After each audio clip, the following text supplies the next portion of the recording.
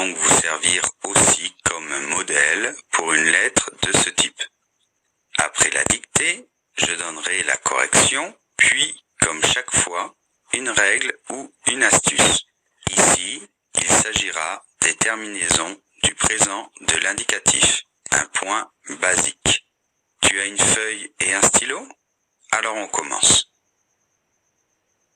Lyon, le 23 avril 2014. Je répète, Lyon, le 23 avril 2014. Madame, monsieur, Madame, monsieur, à la ligne. Je vous écris,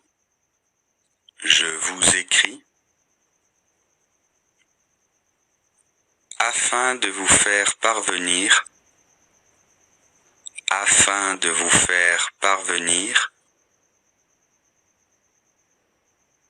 ma candidature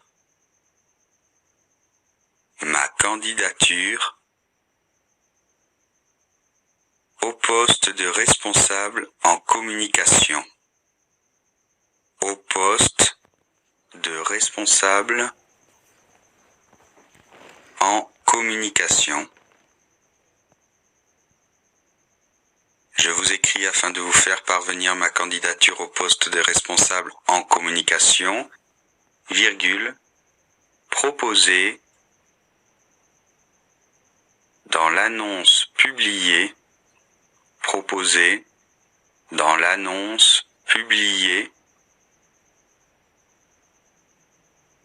dans Le Monde de la semaine dernière.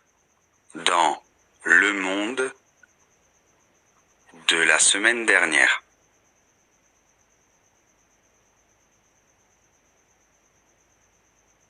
Dans Le Monde de la semaine dernière. Point. À la ligne. Comme vous pouvez le voir dans mon CV. Comme vous pouvez le voir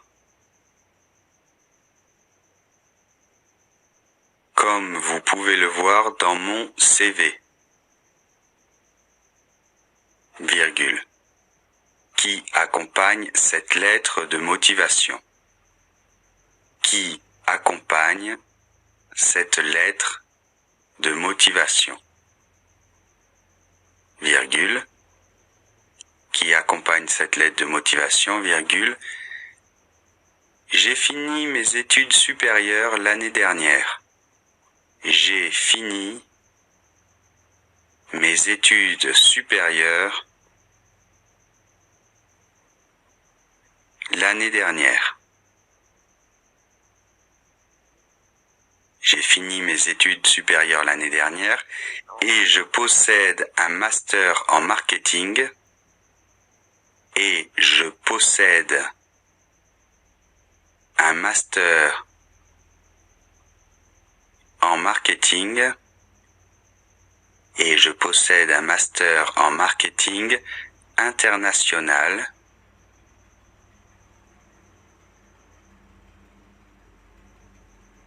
Et communication. Et je possède un master en marketing international et communication. Point. À la ligne. J'ai aussi fait un stage de 3 mois. J'ai aussi fait un stage de 3 mois.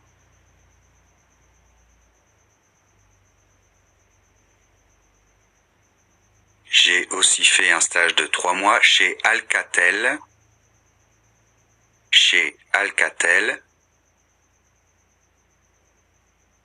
Où j'ai pu consolider mon expérience sur le terrain.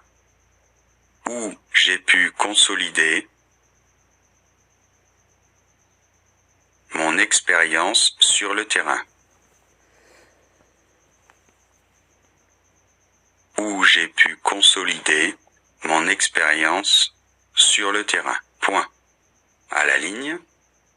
Je suis une personne agréable, virgule. Je suis une personne agréable, virgule.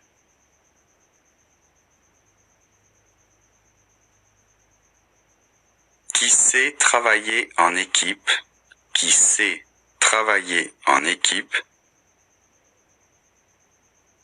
qui sait travailler en équipe et qui aime les défis professionnels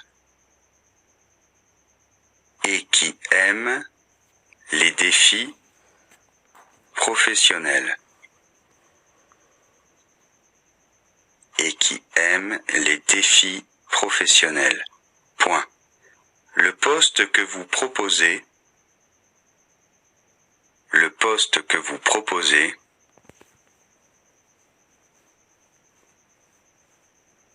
virgule, convient parfaitement à mes compétences. Convient parfaitement à mes compétences. Convient parfaitement à mes compétences et je suis persuadé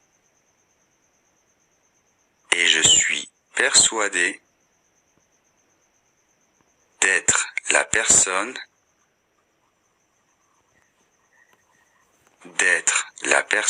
idéale pour occuper la place de responsable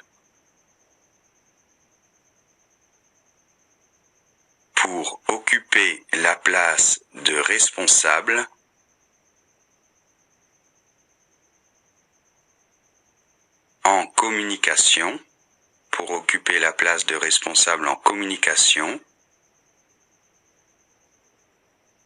dans votre entreprise. Point. En communication dans votre entreprise. Point. À la ligne. Je suis totalement disponible. Je suis totalement disponible.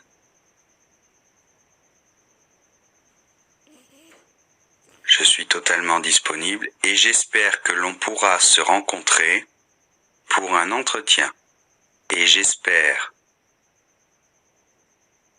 que l'on pourra se rencontrer pour un entretien. Point. Et j'espère que l'on pourra se rencontrer pour un entretien. Point. À la ligne. Dans l'espoir de recevoir une réponse favorable de votre part, dans l'espoir de recevoir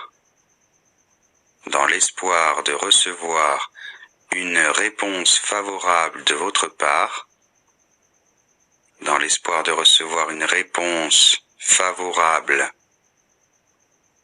de votre part, virgule, veuillez recevoir,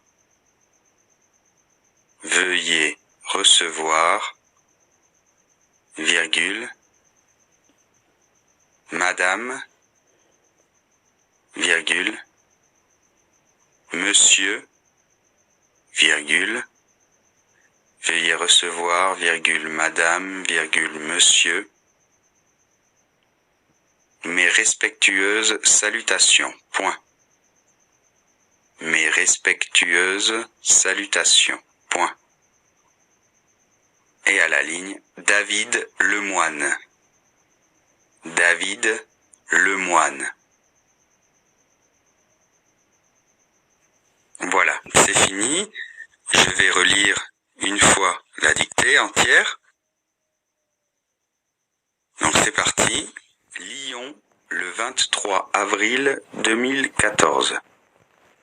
Madame, Monsieur, je vous écris afin de vous faire parvenir ma candidature au poste de responsable en communication proposée dans l'annonce publiée dans Le Monde de la semaine dernière. Comme vous pouvez le voir dans mon CV qui accompagne cette lettre de motivation, j'ai fini mes études supérieures l'année dernière et je possède un master en marketing international et communication. J'ai aussi fait un stage de 3 mois chez Alcatel où j'ai pu consolider mon expérience sur le terrain. Je suis une personne agréable qui sait travailler en équipe et qui aime les défis professionnels. Le poste que vous proposez convient parfaitement à mes compétences et je suis persuadé d'être la personne idéale pour occuper la place de responsable en communication dans votre entreprise. Je suis totalement disponible et j'espère que l'on pourra se rencontrer pour un entretien. Dans l'espoir de recevoir une réponse favorable de votre part, veuillez recevoir, Madame, Monsieur, mes respectueuses salutations. David Lemoine. Voilà, donc je te mets maintenant la correction, c'est-à-dire le texte de la dictée. Donc, pour te corriger, il faut que tu mettes pause, ok, pour arrêter la vidéo. Et après, nous allons voir l'astuce, la règle de grammaire que je propose de travailler aujourd'hui. Voilà, donc maintenant on va voir le point de grammaire sur lequel j'aimerais insister aujourd'hui pour que tu puisses améliorer ton orthographe. Donc il s'agit des terminaisons des verbes au présent de l'indicatif. Donc c'est pas le présent de l'indicatif en soi, mais les terminaisons, d'accord? Donc on voit que dans la dictée, on a plusieurs verbes bien sûr au présent de l'indicatif puisque c'est le temps le plus fréquent en français. Donc par exemple je vous écris, qui accompagne, vous pouvez, je possède, etc. Donc bien entendu la première chose si tu ne veux pas faire de faute d'orthographe, c'est connaître parfaitement le présent de l'indicatif et au moins les terminaisons. Donc les terminaisons en plus ce n'est pas très difficile puisque voilà la règle. Donc tous les verbes qui à l'infinitif se terminent en ER ont une terminaison en E, ES, E, ONS, EZ, ENT.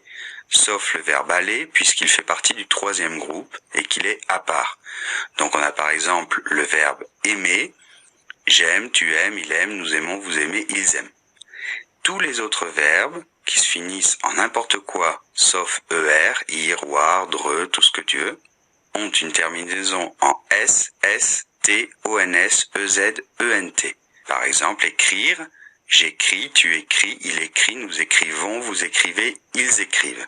Donc c'est à savoir parfaitement. Alors, il y a très peu d'exceptions pour les terminaisons, je dis bien, mais il y a des verbes qui sont totalement irréguliers, comme par exemple les verbes avoir, être, dire, faire, aller. On voit qu'ils sont complètement irréguliers, même au niveau des terminaisons. J'ai mis en caractère gras vous êtes, vous faites et vous dites, parce que ce sont les seuls verbes qui ne terminent pas en EZ à la deuxième personne du pluriel. Finalement, il faut faire attention, il y a des verbes du troisième groupe comme ouvrir et offrir, ce sont les plus communs de ce groupe, qui ont une terminaison comme le premier groupe en fait. Par exemple, j'ouvre, tu ouvres, il ouvre, nous ouvrons, vous ouvrez, ils ouvrent. Donc on voit que c'est E, ES, E et pas S, S, T. Et une dernière chose, finalement, les verbes qui se finissent en T ou en D au niveau du radical, il ne faut pas rajouter un autre T à la troisième personne du singulier. Par exemple, le verbe mettre, il met, d'accord, et on met un seul T à la fin, on ne rajoute pas un autre T. Même